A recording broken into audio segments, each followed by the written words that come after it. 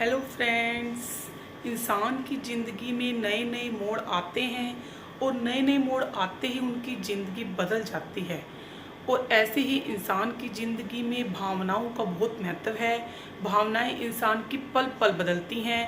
Minute minute में हम कुछ सोचते हैं, कभी कुछ अच्छा सोचते हैं, कभी कुछ बुरा सोचते हैं। रातों रात अगर इंसान कोई दुश्मन है, वो रातों रात मित्र बन सकता है। रातों रात उनकी भावनाएं पलट सकती हैं और भावनाएं हमेशा बदलती रहती हैं।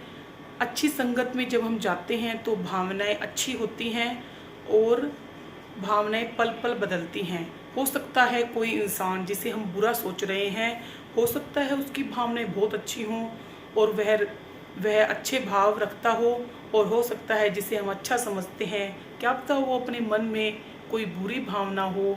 ऐसी एक कहानी है। रातों रात एक इंसान चोरी करने राजमहल में जाता है और सुबह जब वह निकलता है तो उसके भाव इतने शुद्ध हैं कि वो साधु बनने को तैयार है। चलो यही कथा मैं आपको सुना रही हूँ।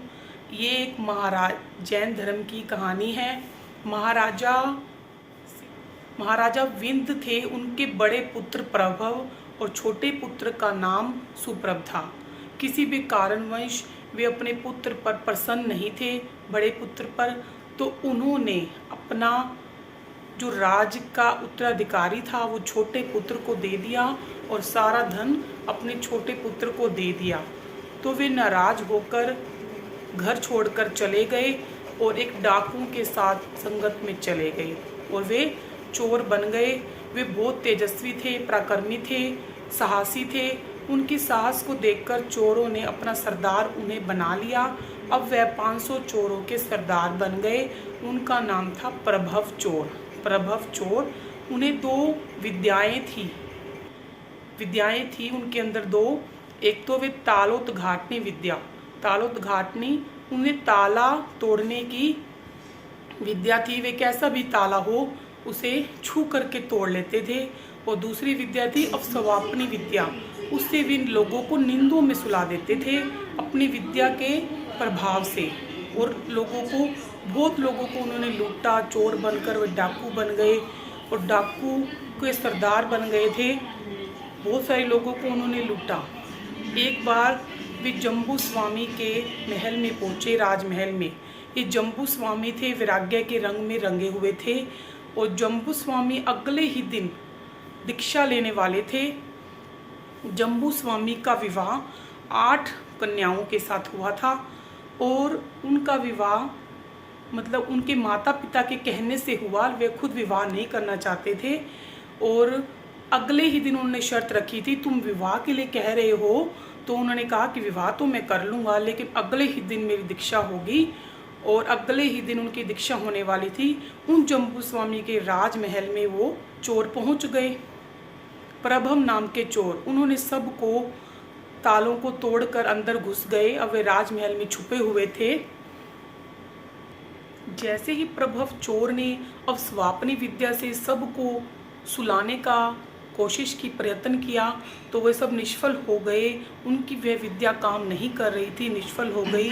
तो उन्होंने कहा कि प्रभव चोर ने और अपने 500 चोरों को कि यहाँ पर जो राजा के आंगन में अंदर तो पता नहीं कितना धन पड़ा होगा, आंगन में जो इतना पार संपत्ति पड़ी है, पहले तुम इसी को लूट कर ले आओ। जैसे ही वे 500 चोर अंदर गए तो उनके पैर धरती से ऐसे चिपक गए, वो टस से मस ही नहीं हो रहे थे, पैर ऐसे चिपक गए। इतनी प्रभव चोर ने बहुत जोर लगाकर सरका हिलाने की, झकझोरने की कोशिश की, पर उनके पैर टस से मस ही नहीं हो रहे थे। तो प्रभव चोर अब जम्बू स्वामी के शयन कक्ष में पहुंचे और उनके आगे अपना सिर झुकाकर बोले कि मैं तुम्हें 2 विद्याएं सिखा दूंगा जो उन्हें आती थी, और बदले में आपको मुझे अपनी ये धरा से चिपकने की जो शिक्षा है, विद्या है, मुझे सिखा दीजिए। तो जम्बू स्वामी बोले कि सबसे बड़ी शिक्षा तो आत्म का ज्ञान है और मुझे इन चीज़ों से कुछ लेना देना नहीं है, मैं तो आत्म कल्याण के लिए दीक्षा ले रहा हूँ।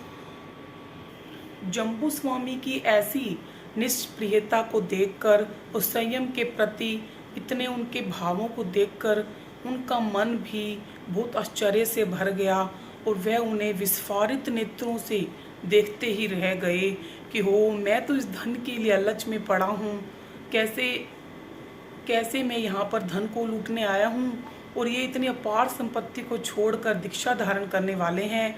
उसका मन भी वैराग्य से रंजित हो गया और वो उसने दीक्षा लेने का संकल्प लिया और उनके जो 500 जो चोर थे उनका भी मन वैराग्य से रंग गया और उन्होंने भी दीक्षा ली और जो उनकी 8 पत्नियां थी उन्होंने भी दीक्षा ली और 8 पत्नियों के माता पिता ने भी ली। इस प्रकार से कुल 528 लोग दीक्षित हुए और आचार्य सुधर्मा स्वामी जी के चरणों में दीक्षा के लिए पहुँचे।